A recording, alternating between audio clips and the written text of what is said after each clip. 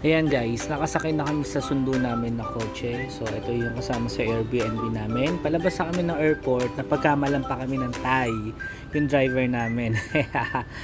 Siguro magkakamukha nga tayo, no? So ito na yung palabas ng toll ng airport, may bayad yata.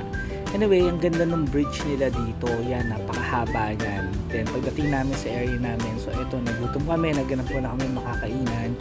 So ito yung baba ng area namin, yung building na yan.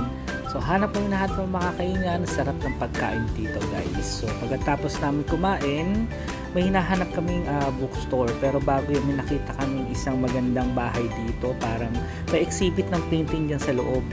And then, but anyway, nakita na namin yung bookworm malapit lang. So ito yung bookworm Hanoi. Then pag uwi ng gabi, nagtakad lang din kami. So ito na yun, pakita ko sa inyo yung room namin.